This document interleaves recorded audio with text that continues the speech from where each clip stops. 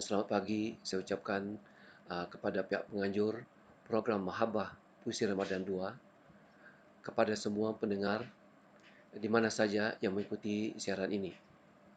Salam puisi dari saya, Chong Afok, dari negara Brunei Darussalam, dan selamat berpuasa kepada semua rakan yang beragama Islam. Uh, Tajuk perbincangan saya dalam kesempatan ini ialah peranan dan fungsi puisi. Uh, Perbincangan ini akan saya bagikan 3 bahagian. Yang pertama ialah pengertian puisi dan penjelasan ringkasnya. Dan yang kedua ialah membincangkan berkenaan dengan peranan dan fungsi puisi. Dan akhir sekali, saya akan menutupnya dengan membaca 2 buah puisi. Apa dia puisi? Puisi sebenarnya sudah uh, menjadi satu istilah yang boleh dikatakan besar dan boleh juga dikatakan agak sempit. Kerana puisi itu yang dikatakan sebagai karangan berangkap biasanya dibahagikan kepada dua bahagian, iaitu puisi lama dan puisi baru. Puisi lama itu terdiri daripada pantun, syair, gurindam, seloka dan sebagainya. Sementara puisi baru adalah sajak. Namun pada masa ini, biasanya di Nusantara, apabila disebut puisi itu, ia merujuk kepada sajak.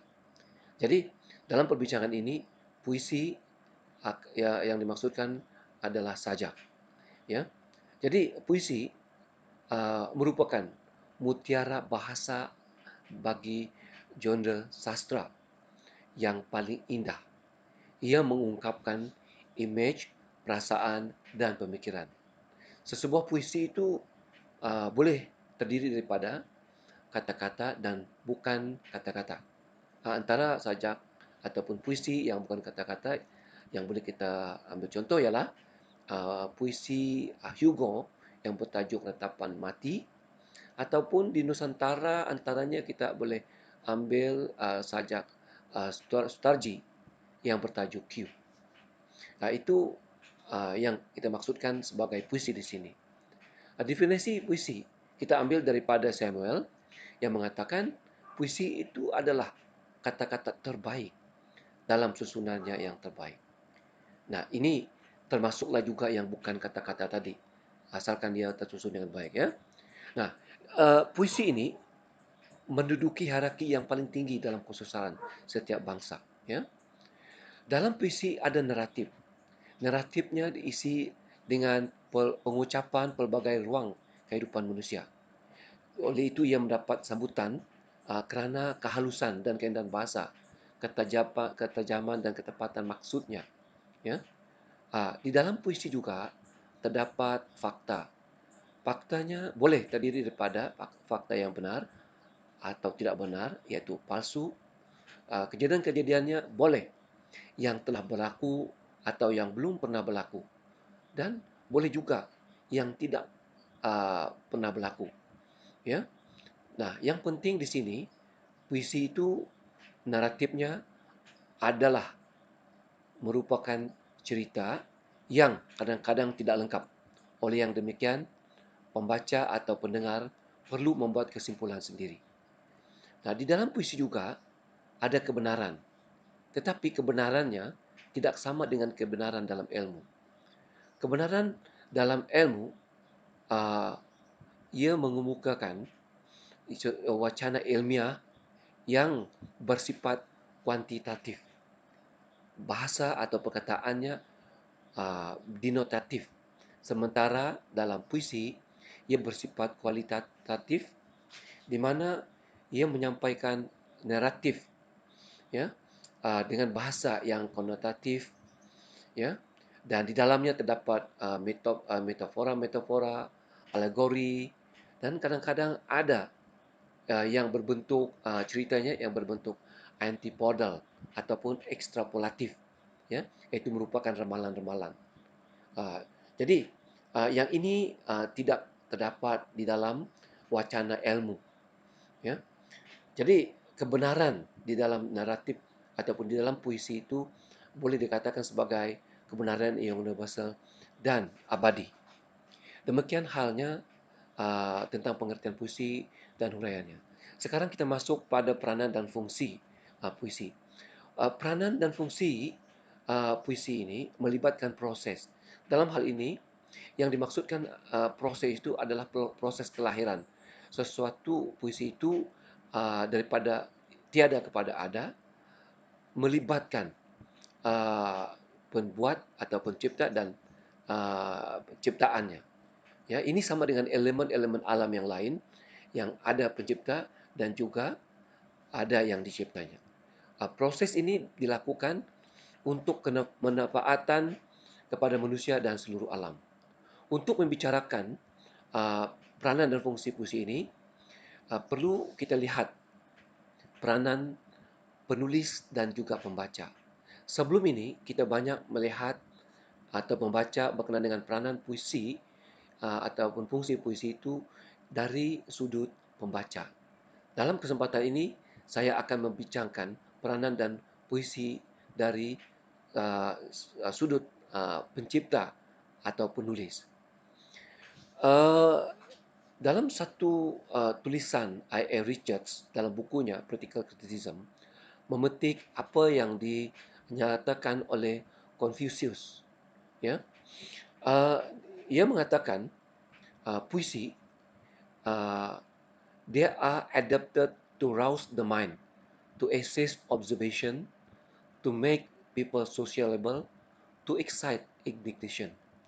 Jadi ini saya ambil sebagai peranan dan fungsi puisi itu kepada pembaca yang saya bahagikan kepada 4 mengikut apa yang dikatakan oleh Confucius itu tadi. Pertama sekali ialah puisi itu membangkitkan minda. Yang kedua membantukan pengamatan. Yang ketiga membuat orang bersosial. Yang keempat menimbulkan kemarahan. Uh, Peranan-peranan ini saya sesuaikan dengan pendapat beberapa orang sarjana sastra sama ada timur ataupun barat. Ya, dalam peranan yang pertama iaitu untuk membangkitkan minda, iaitu menjadikan bahan untuk berfikir. Ya, puisi ini menimbulkan pemikiran kepada penulis untuk melahirkan sesuatu puisi. Kerana ia ingin menyampaikan sesuatu maksud dengan indah. Dengan demikian juga melatih dirinya untuk mengekspresi dirinya melalui kata-kata iaitu menyampaikan keluhan, kritik dan ketakutan yang dihadapinya dalam apa-apa saja masalah tanpa harus ia menghadapi kawan bicara secara langsung. Ini adalah wadah untuknya menyampaikannya. Ya, jadi boleh dikatakan puisi menjadi salah satu cara untuk mengungkapkan isi hati kepada seseorang. Kadang-kadang ungkapan isi hati itu tidak mudah diucapkan dengan kata-kata. Jadi dengan cara menulis puisi, apa yang hendak disampaikan itu dapat disampaikannya. Malah ia dapat disampaikannya dengan indah. Seterusnya, mengikut pendapat Sahnon, ya, apabila dia mendefinisikan puisi, dia mengatakan puisi adalah merupakan rekod ataupun interpretasi pengalaman manusia yang digubah dalam bentuk yang paling berkesan. Ini adalah peranan penulis untuk menggubah pengalamannya. Ya, begitu juga Shelley mengatakan puisi adalah rakaman detik-detik yang paling indah dalam hidup manusia. Jadi penulis ada pengalaman yang banyak, jadi dia boleh merakamkan detik-detik tersebut. Ya. Dan seterusnya, puisi juga berperanan untuk membantu pengamatan, iaitu melihat dengan mata jiwa. Penulis apabila menulis sesuatu karya puisi, ia akan mengamati sesuatu peristiwa alam dengan ketajaman fikiran dan perasaannya. Dengan demikian, ia menjadi seseorang yang pemerhati. Ya, jadi sebagai penulis, ia akan mengambil inisiatif untuk melakukan perkara ini. Demikian juga kata Bahazain. Dia kata puisi itu adalah pengucapan satu fragmen pengalaman dari satu keseluruhan seorang seniman. Dan fungsi dan peranan puisi yang ketiga kepada penulis ialah untuk kita bercampur gaul dengan terutama sekali kepada rakan-rakan penulis dari pelbagai peringkat, sama ada di peringkat persatuan, peringkat negara dan sebagainya, di dalam majlis-majlis simposium, seminar dan sebagainya.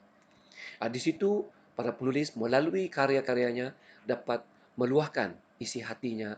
Dengan demikian, sesiapa yang membaca hasil karyanya, orang akan mengenal siapa penulis tersebut.